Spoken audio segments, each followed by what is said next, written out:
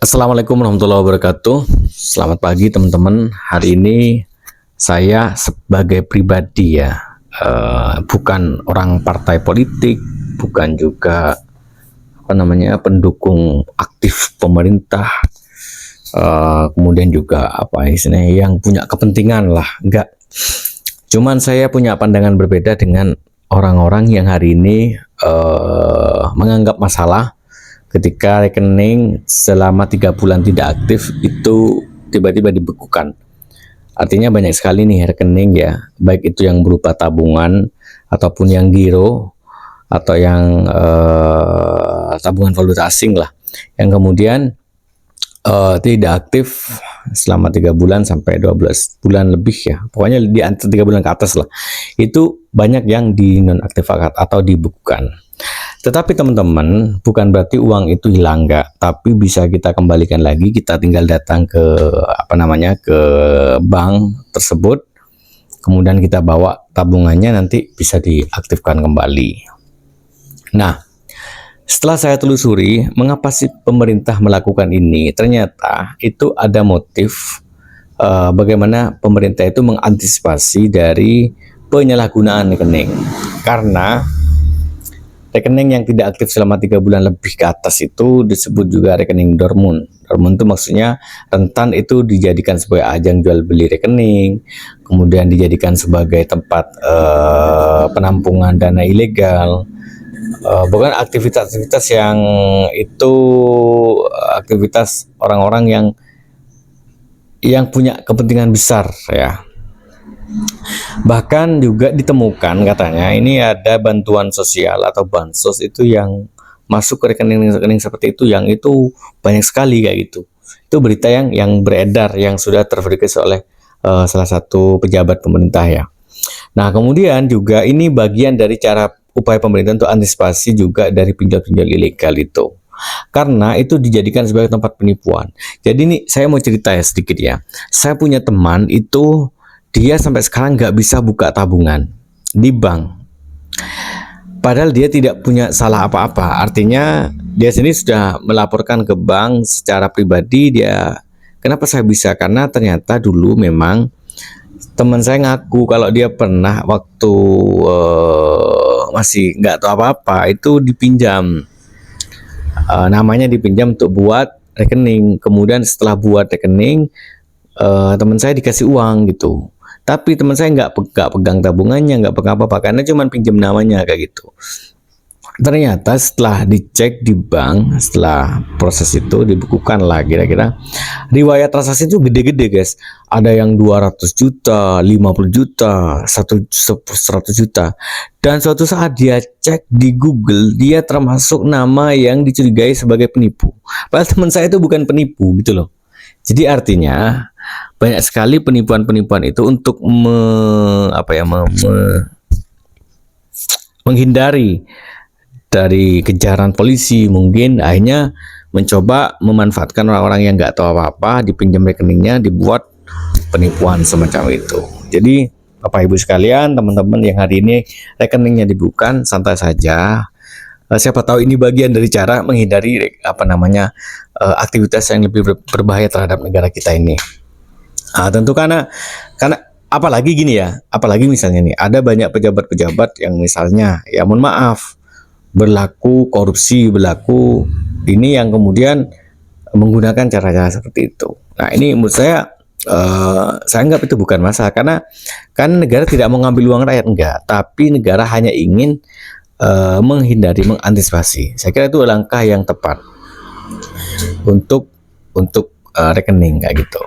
Kemudian berikutnya adalah buat teman-teman yang punya keinginan untuk investasi rumah misalnya, atau ingin pinjam usaha di bank, saya sarankan yang pertama teman-teman ya, ini di luar tadi ya, di luar soal rekening dibekukan tadi. Pertama, buat teman-teman yang udah gagal bayar nih, berlama-lama gagal, tapi sekarang ada uang ya, kamu coba lakukan sekarang negosiasi. Kamu datang ke OJK ataupun sampaikan kalau ada uang untuk melunasi orang-orang yang sudah kita gagal bayar, yaitu bank-bank yang terutama yang kemudian yang ada uang. Kalau nggak ada uang nggak usah tonton. Ini supaya apa, nanti kalian bisa lagi masuk ke bank. Jadi ceritanya itu ada temen itu mau ambil rumah subsidi dan ternyata rekening nama istrinya itu kena pinjol dan kemudian nggak bisa, meskipun di tracking di suami itu lancar. Akhirnya apa yang terjadi, si bank bilang gini, lunasi aja gitu. Karena teman saya tuh bilang gini, ini bukan saya yang pakai, ini hanya pakai nama dia kayak gitu. Ya nggak apa-apa, lunasi. Nah setelah dicek di Slick OJK, yang muncul itu bukan aplikasinya tapi bank. Nah itu sesuai yang saya jelaskan di video-video sebelumnya, bahwa ketika kita cek di OJK, ketika kita survei, ketika baca hasil print BI checking kita, itu memang nanti ketemu bank apa aja yang sudah uangnya kamu pakai kayak gitu loh.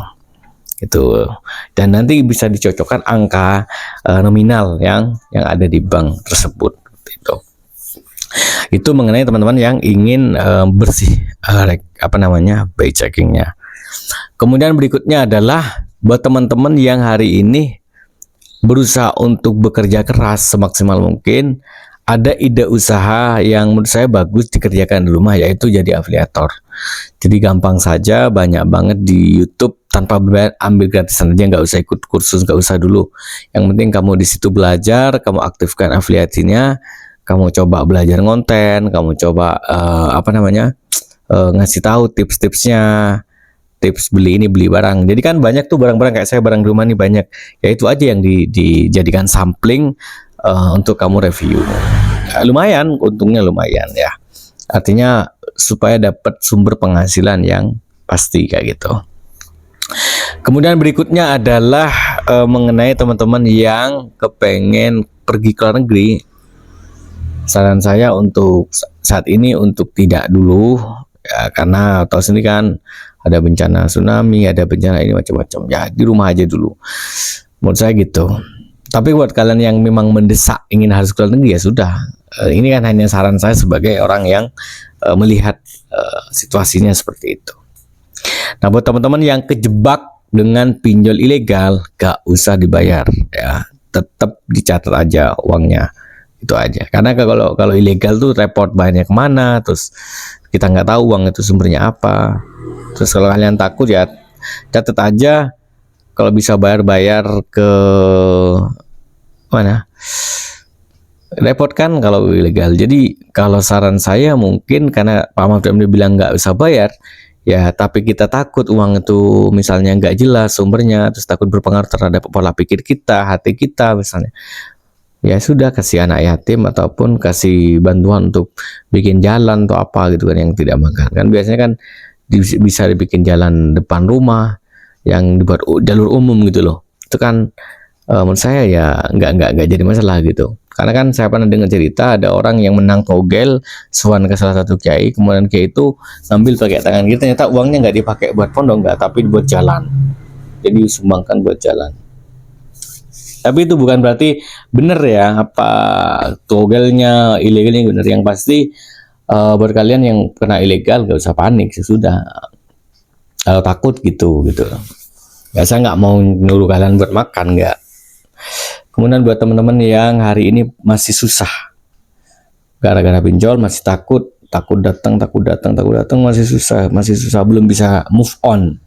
Ya silakan kamu gabung di grup kami, ikuti saluran kami, ikuti channel Ilmu Fisal, tonton video-video saya banyak banget ya soal itu. Insya Allah bermanfaat. Karena saya juga tidak membuat kalian harus berbayar, semuanya gratis. Ya semuanya gratis, sesungguh gratis, ngomong gratis, nonton gratis, semuanya gratis ya. Ini hanya bagian dari cara saya untuk mungkin bisa dijadikan sebagai ajang bermanfaat. Terima kasih, itu saja teman-teman. Assalamualaikum warahmatullahi wabarakatuh.